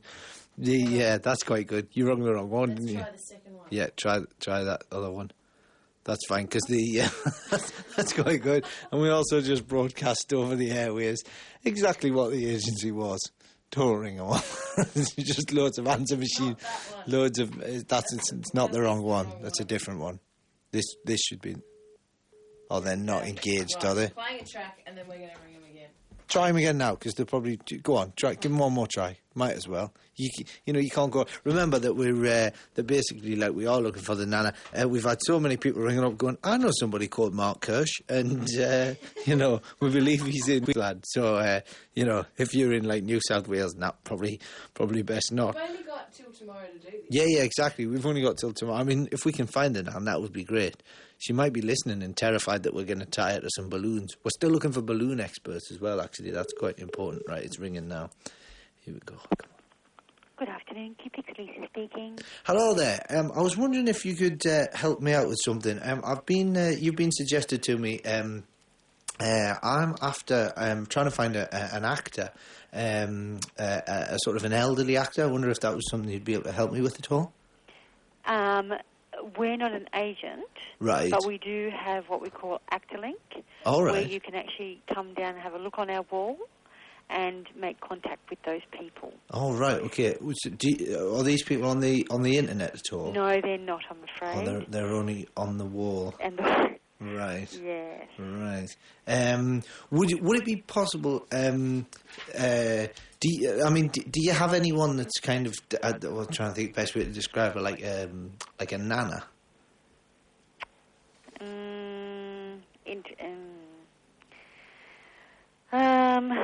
Not that I can recall. Are you looking for somebody about the 70 mark, or a bit younger, or? Probably around that sort of age. Yeah. Have you had anyone like that in the past at all? No. You couldn't have a quick look on the wall for me, could you? I'm just in the office by myself. I can have a quick look on the wall, but I need to call you back. All right. Okay. Can I take your name and call you back? I'll hold. It's all right. I'll hold. No, I can't go at the moment because I'm in the office by myself. Oh. So, but I can go when somebody else comes back from lunch. I can go down and have a look. Right. How long would that be, roughly? Could be 15 minutes. 15 minutes. It's tricky. Hang on, I can ask my colleague. I'll just get her on the other line. 1 second. Okay. We can't. We'll ring her back. Yeah. Okay. I'll tell you what. We'll give you a ring back. Okay. No worries. Okay, that'd be brilliant. Thanks. Okay. Bye. What a bloody letdown! Oh. What a bloody letdown! Yeah, but you see, that sounds all a bit shoddy to me. That sounds like someone has sent her a very quick text message in the time it was taking me to stuff up phone numbers saying, if someone rings looking for a nan, give out no information. Yeah, right now. Give out nothing. You know what it's like? She's initiate nan shields. That's what she's put there. Right, I'm not giving up on this. No. I'm not giving up. We're only here till the end of tomorrow. I know. We're going to release this now into the atmosphere. Into the atmosphere, and then it's too. It's the last we'll see of it. Yeah, it's All right. Don't know what to do on that score. We've. There's got to be a casting agent that's Heather. We believe her name's Heather. Let's muse. You know what I'm going to do? I'm going to go on the internet and I'm going to type in old nanas. I'm going to type in old... Oh, no, that'll bring up porn. That'll bring up a whole lot of nana. And then I'll bring up me dinner. It's all go down at Nana Central, though, isn't it? Ross Noble, I'm sounding remarkably composed considering what I have been doing while the tracks have been playing. Ross Noble, Terri Psiakis with you. We were thinking of giving out the address of the casting agent and just go down there and have a look at the wall. Go down there and have a look at the wall. But then we realised that we would have to give out the address and that company would be furious. They would be furious. And also, we'll talk you through the thought process that has been going on while you've been enjoying the music. It's very rare that you've had a chance to enjoy the music while we've been on air, but we've given you ample opportunity today. We thought, well, we could do that. We could say go down to this thing and have a quick look at the... Don't bother people. Don't make a bloody nuisance of yourself, but have a look on the wall. But then we thought there were two people who rang up with suggestions for which casting agent it could be with the area. And one of them is unattended still because they're still on holidays because they're slack asses. Yeah. And they don't want the work. They don't, That poor Nana, she's got to eat. You know, they're off sunning themselves on a Hawaiian island. So we're not quite sure. If you happen to think of anything, or you happen to, drop us a line, rossandterri.com. That would be Hawaii, wouldn't it? Hawaii. Sometimes she says to me, I'm an idiot. I'm actually a physical idiot and a manifestation of stupidity. Hit a wall. But yes. Be careful. It built up, and then there was a payoff. This is building and... No, we'll find it. We'll find it. The thing is, it's just, I want her now. It's disturbing me how much I want her. You got the taste of Nana on them lips, haven't you? And I really hope you haven't just tuned in, because that could be very, very wrong. If you work with her, if this Mark... Check her out. Have a look. If you haven't ID'd her yet, go to rossandterri.com and have a look at the photo. And don't forget, in all this excitement, let's not forget the real reason we're here. Download the Nana. What is the real reason we're here? I have no idea. But download the Nana and, take your photographs of yourself with her in various action poses. The other thing is as well, tomorrow we're looking at... we are going to release the Nana because at the moment, the best suggestion is tie it to some helium balloons. Now, we might have to get some helium balloons ourselves. Unless somebody... We've had no help on the helium front. Not that we're touting for freebies, but, we didn't know. Weather balloon or helium? We're just going to have to go helium. We just wanted to, We needed some advice. Yeah, we wanted a proper bit of advice, I would say hot air balloon. I would say have a giant Nana's head made into a hot air balloon. Whether or not we could do that by tomorrow... It's hard to say, isn't Doubtful. But tomorrow what we'll do is there's a nice bit of grass outside the studios here. In Melbourne, yeah. Just outside there. Would that grass be all right, or would I have to do it from the car? You know why I reckon that grass is all right? Because that grass is like a big median strip that is smack bang in the middle of 6 lanes of traffic, so I reckon that is the perfect place. Yeah, and then, I can stand out there, I'll go down on a mobile phone, and then people driving past can peep their horns in solidarity for the releasing of the Nana. And then what we'll do is we'll get people in. There's a lot of office buildings and stuff. Yes, around the area. And people around the place. And what we'll try and do is we'll coordinate the effort and we'll let you know where she's going and when she's going. So really, because somebody was going to check the weather to see which way the wind would be blowing. Yeah, to find out if she's coming to a town or city near you. But we've got 15 minutes of the show left, and look, if you're in Melbourne and you're an expert in helium, we really do want to tie. We've got to organise this by the close of trade today. We need to know, do we need to use helium? Do we use a weather balloon? Because the worst thing would be for her to go up in the air and then, hit just power lines and just come straight down. We want to make this happen. I used to sell helium balloons. Did you? I used to have I worked for a clown troupe, and we used to travel around. It was very early foray into show business. We used to go in a Volkswagen van. Nice. And we used to travel around, and we'd do a show, and then after the show, we would sell the balloons. And we had to shout, "Lovely balloons!" And I was going, "Lovely balloons!" And the clown said, "Don't say lovely balloons, it's lovely balloons." Lovely. He wanted it as 3 words, lovely. 3 syllables instead of 2. I was just going, lovely balloons. And, it's just not right as far as he was concerned. So I've had experience of, and it takes a few to get, because we've established she's not cardboard, she's coraflute. Yes. She's the plastic cardboard. She's the real deal. Yeah, and we'll write on her back. And how many people can say that? How many people can finish a day's work and say, "What did you do today?" "I scribbled on a Nana's back." And set her off. And set her off across the skyline of Melbourne.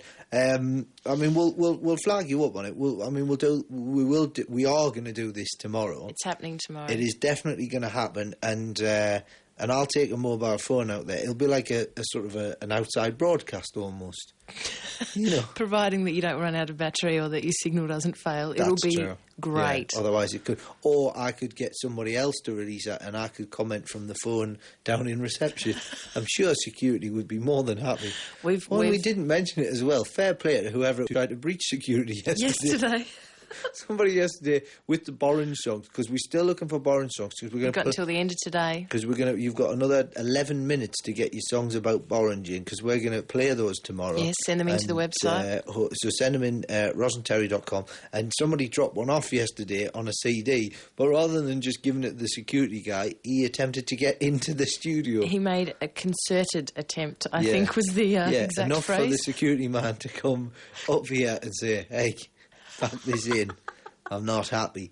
But he was stopped, thank goodness, due to the high security down here. But tomorrow, we are going to do that. So you've got about 10 minutes. If you are a helium expert in the Melbourne area, we really, really, really need to speak to you to make the Nana send-off special. And if we can speak to her before we let her go, that would be even better. That would be better.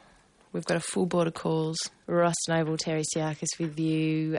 We are rapidly approaching 2 o'clock. I don't want to sound down. I don't want to... I'm just... I want Nan. I want Nan. I want her now.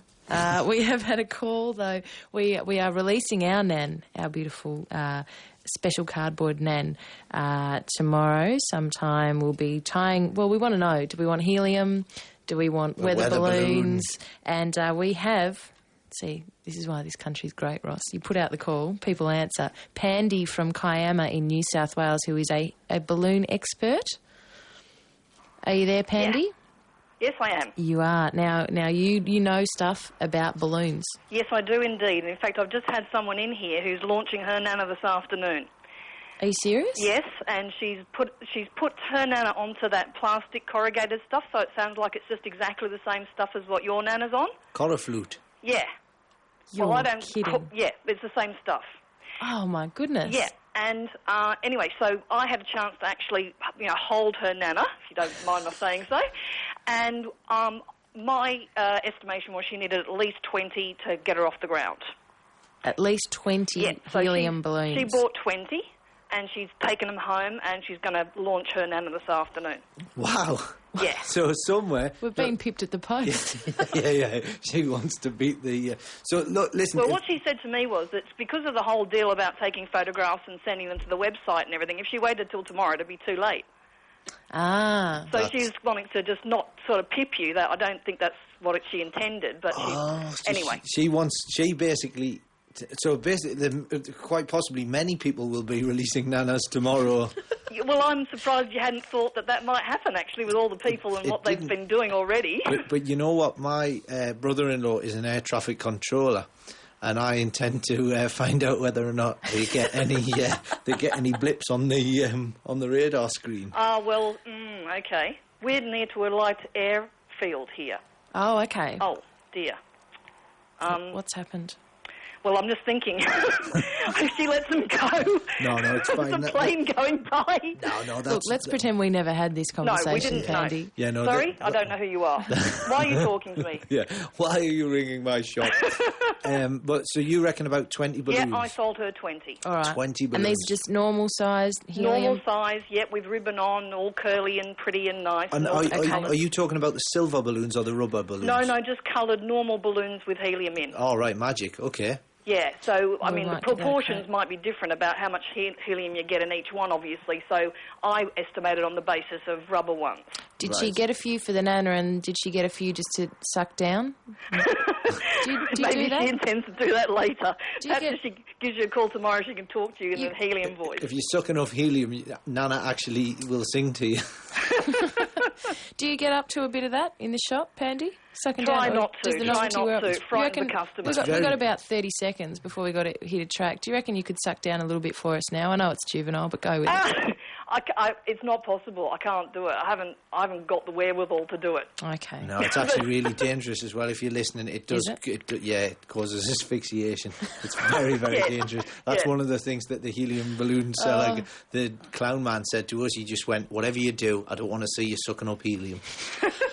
No. Well, thank you very much for your learned and wise advice, Pandy. My pleasure. So go for 20 or more is my advice. 20 or more. Because you don't... I just estimated. I don't know whether or not she'll succeed, so I would go for more. Right. Okay. Yeah. Cheers. Thanks, Pandy. No worries. Thanks for calling. All righty. Okay. We know what we have to do tomorrow. You certainly do. Helium. Check the website. Do what you have to do.